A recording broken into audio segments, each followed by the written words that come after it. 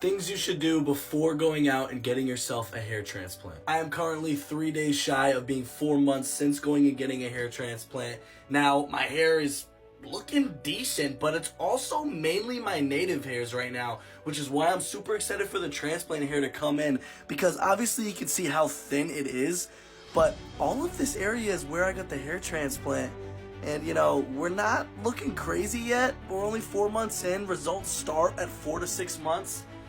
I think we're gearing up for a pretty good result soon. My story's a little bit different than most, so here are some things that I think everyone should do before going out and getting a hair transplant. Number 1, go and get your donor area checked to see how thick and dense your donor area actually is, so you know how many grafts you actually have available to you for your hair transplant. This is something I never did. I had to wait until I went there for them to really figure it out. Now, yes, they have you send photos to the clinic and whatnot before you fly out to Turkey so they can kind of get a real grasp of it. But when you're there, they use a little microscopic tool and really look into the real density of your donor area to see how much you have to offer yourself. But knowing this before you go and get the transplant could be huge, and it could be a game changer for your game plan. Because remember, I have it all planned out. I'm going back next year to get the back of my head done, as I only got half of my head done, because my story is a little bit different than everyone. I was completely bald back when I started. I would never have even been able to get a hair transplant if I didn't do this next thing that I think everyone should do. That is, use finasteride and minoxidil for at least 6 months to a year before you go and get your hair transplant. This is extremely important in my opinion. Finasteride and minoxidil are going to stop you from balding further and regrow a lot of hair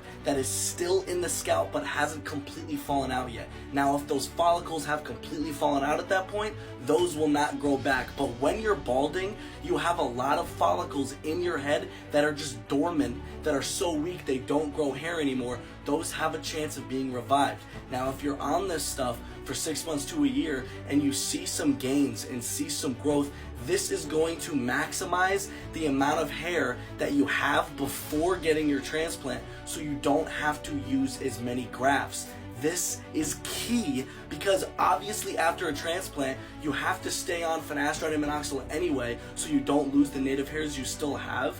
Might as well do it before to maximize how much you get from this operation that you're paying for. But make sure you do your research and get decent finasteride and minoxidil. A lot of you know my story, a lot of you don't, but for those who don't know, I used minoxidil and finasteride years and years ago when I still had hair, but I noticed I was balding, but I was using weak brands that weren't good, weren't healthy. I had side effects. I was on the pill version of finasteride, which works for a lot of people, but it didn't work for me. I felt depressed and weird. So I did my own research, found brands that worked perfect for me, and I've been using these brands for a year and a half, zero side effects, nothing but growth. I love it.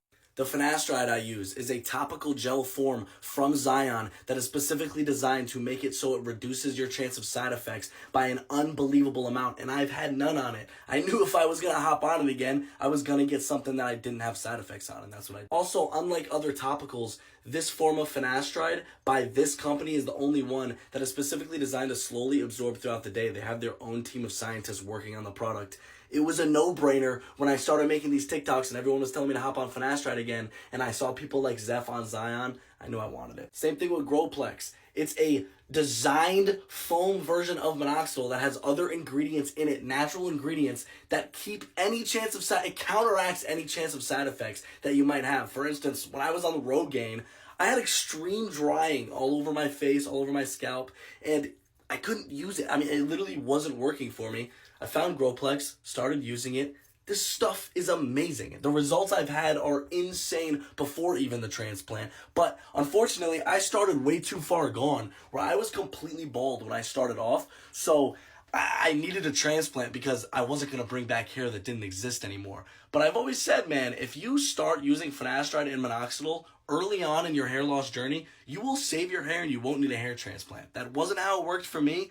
But for many people, if you're seeing this and you're just starting to bald, if you take action now before you're like, I'll do it later on, you will be saving your hair. Growplex minoxidil I use is also a natural DHT blocker, which is what makes you go bald. I mean, this stuff is insane. And for those of you who don't know, finasteride keeps you from balding further, and minoxidil grows that hair that needs to grow. So when you combine them, that's a combo from the hair loss gods, I'll tell you that. Also, yes, I am sponsored by these guys, but I promise you I wouldn't be sponsored by them if I didn't stand by the product. I was using both of these products way before they sponsored me. They just saw the videos on TikTok and hit me up, and I was like, yeah, if I'm gonna be using and promoting the stuff, obviously I'm down to do that, and it's just a given. But you should see the amount of finasteride and minoxidil brands I've turned down in the over a year I've been making TikToks. I only am sponsored by these two, and there's a reason for that. The last thing I think everyone should do, and make sure you do your due diligence when you do this, is do your research on which clinic you are going to go to. This is an extremely, one, expensive decision, and two, important decision. This could be the results, what you're paying for.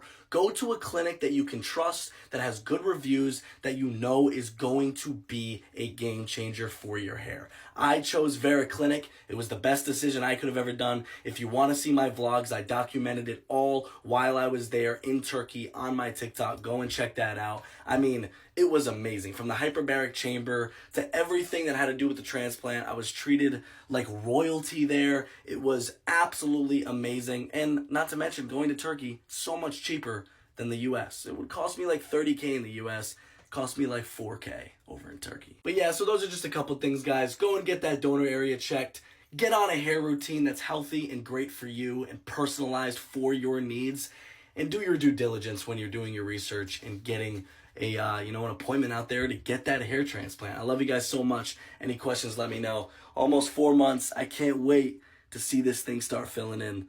But I'm so excited because we know it's coming. Love you guys. Peace.